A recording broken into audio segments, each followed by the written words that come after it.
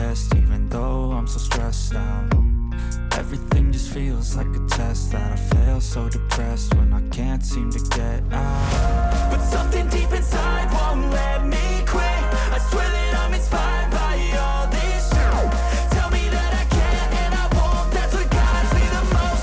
Your lies, I'll do what I want. The gas in the back of the set, heavenly, she's so bad. Can't beat the brag, hit the gas in the back of the set, heavenly, she's so bad. Can't beat the brag, hit the gas in the back of the set, heavenly, she's so bad.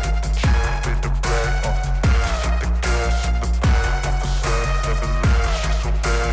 Can't beat the brag, I'm inspired by thirst, I'm inspired by worth. I desire your worst, so you can just hide while I work.